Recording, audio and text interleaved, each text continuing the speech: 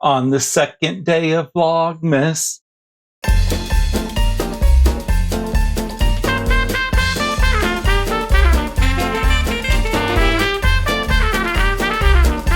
I don't want to make Vlogmas all about quilt stories because, frankly, I don't have a ton of quilt stories. But yesterday's video reminded me of the quilt story of Mom's Quilt. And it was expanded by the time hop image that showed up this morning when I was going through my Facebook history. So I think the year was 2015. My sister had been learning to crochet. She had been teaching herself, and Mom had been helping teach her a lot of the stitches and everything so she can make baby Afghans for her friends and coworkers when they have babies. And that meant at that point that really I was the only one in the local family who did not know how to crochet. Now, that said, I was taught back when I was in late elementary school, no, I'm sorry, late middle school, early high school. There was a point way back when that I had been taught how to do a single stitch, well, obviously a chain, a single stitch, and I think I eventually got to an Afghan stitch because I remember I was making the squares for something that you would, I guess, cross stitch the design on. And I ended up going to college, so I didn't get to continue that skill because, went to a business school. People look at you funny if you're sitting in your room just crocheting and everything. Although looking back, I could just imagine the craziness that would have been going on the floor with me crocheting. Either way, I had forgotten all those skills. And with my sister learning how to crochet, it meant that I was the only one in the immediate family who did not know how to crochet. So I went to the Googles because I'm not going to go and start a skill without an end goal. Although that's kind of what I did with quilting, but we'll ignore that. And I just Googled, beginner Afghan patterns because, an Afghan is what they call a blanket and beginner is what I would have been. So I wanted something that I can go in and say, this is my goal to create. And as I was hunting through everything, I ended up getting to a page that I stared at for a minute and I said, that looks like a quilt. And I looked at it a little bit further and it really was a simple quilt. And that it's just somebody had taken the Afghan stitch and created the canvas and cross stitched the design into it to make it a real Afghan and everything. So I was looking at that and I was like, maybe I don't know if I want to learn to crochet now, but I think that would be a really awesome Afghan to have. So I called Mom up and said, hey, do you want to do a trade? And she goes, what do you mean? And I said, I found these patterns. There was like 3 different patterns that I had found and said, they can be done through a quilt and they can also be done through the Afghan stitch. I've got the pattern for the Afghans and I can make the pattern for the quilt because it's like I said, it's a basic pattern. So I sent her the stuff and she comes back with saying, yeah, I want to do the trade. So I'm like, yes, except we got to figure out how to get, the yarn and fabric and everything that we both like. It was a few months later, I surprised the family by going up to Massachusetts. They thought I was heading to Phoenix to visit a friend of mine like I had been doing the past few years. But my sister had bought a house recently. I think this was her first Thanksgiving in the house. So I decided to surprise them. And when I got up there, I surprised Mom. It was a wonderful surprise. She did not recognize me at first, which is always the best thing. And ended up, spending as much time as I could with her while I was up there. And while I was up there, I said, hey, let's find yarn and fabric for our trades. And she likes to work with a certain brand of yarn. So we went to Joann's and bought that brand of yarn. And she didn't know how much she would need. So I'm like, well, buy as much as you want because I want to make sure you have what you need. So I bought her all the yarn for it.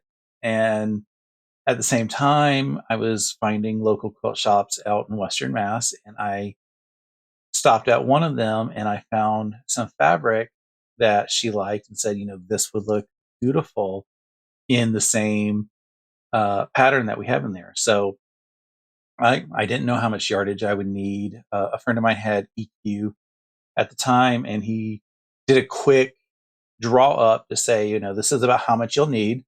I bought more because I didn't know how much I could trust EQ's estimates, and got home and plenty of fabric and everything. And I started cutting and making the squares, and I sent mom a sample square just to say, this is what it's going to probably look like. And I did that so that she could gauge her crochet stitches to have something about the same size that she would be giving back to me. And I continue on and I show her a couple update pictures that say, this is where I'm at right now. I've got, triangles cut. I've got squares cut. And I think I showed her the last picture that I showed her was, I think it was just an update picture of the pieces of the block were all cut together or cut apart, put together. And I was, that's the last update I gave her. And throughout the rest of that, I got the entire quilt top done and brought it to a friend of mine who has a long arm and said, can we baste this on the long arm so that I could get it quilted on my domestic machine, because I had this wild idea that I would get it quilted. And we basted it and I brought it home and it sat and sat and sat. And it got to the point where I was like, I need some help because I'm not going to get this done on my domestic machine. And can you help me with long arming and stuff?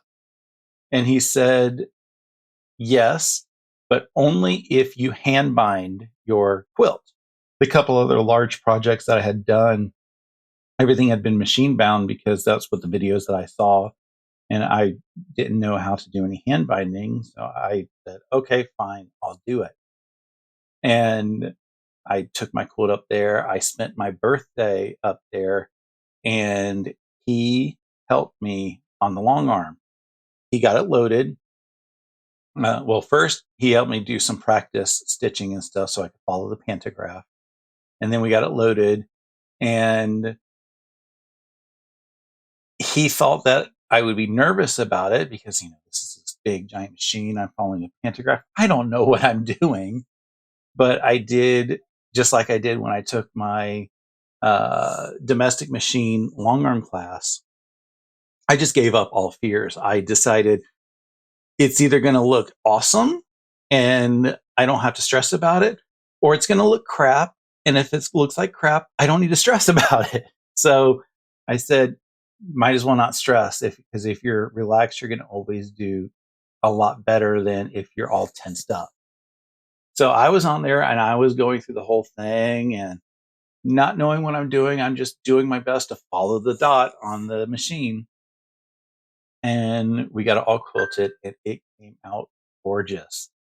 I was very proud that was my first and to date only free motion pantograph on a long arm. And, I was very proud. And I surprised my family, some of my family again, that following Thanksgiving. Our sister that lives in DC decided to go up and visit some family for, I think it was her grandmother's 90th birthday or something. And said to me, "Are you planning on going up?" So I went up just so I could see her for that. And I got to surprise my nieces. That was a hilarious video. Uh, might share it one day. I haven't decided yet. And ended up also surprising mom again. She kind of suspected something was up, but it was great. And while we were out at the quilt shop, I got to the ladies and said, "Hey, I want to surprise my mom with a quilt with the fabric that I bought here last year. Are you okay with that?" And they thought that it was a pretty good way to do like shop show and tell and stuff. So I ran out to the car and grabbed it and presented it to mom, and she like welled up with joy. It was really awesome. Then she called me a jerk because she had the squares done, but she didn't have them all pieced together into an Afghan because she didn't expect me to be done with the quilt. So I was like, "Well, I don't care. Whenever you get yours done, you get yours done." So uh, this was like at the beginning of my trip, and at the end of the trip, she says that she had something for me, and she spent a couple afternoons putting all the squares together that she had done, and she had and weaving in the ends because I guess that's the thing with crocheting, and she had a finished project for me that I could take back home with me. So that brought me all kinds of happiness. And I was able to get a couple pictures of us where I'm holding the Afghan that she crocheted and she's holding the quilt that I quilted. And each of us can say that the other did 100% of the stitching. So that was a really awesome gift for each other. Unfortunately, back in June of 2019, she passed away. It was a long bit of in and outs in the hospital. Uh, she actually joked that one day she woke up dead because she didn't wake up. It was fortunate that her partner, he saw her non-responsive and had the opportunity to actually call 911 to save her life. But she was in and out of the hospital with medical issues and unfortunately passed in the beginning of June. So with the unexpectedness, I didn't have time to even think about plane tickets. So I just got my car, drove up there. It's always a beautiful trip driving up there, up the 84 corridor. And when I got there, I gave my sister a big hug. We had everything taken care of for her.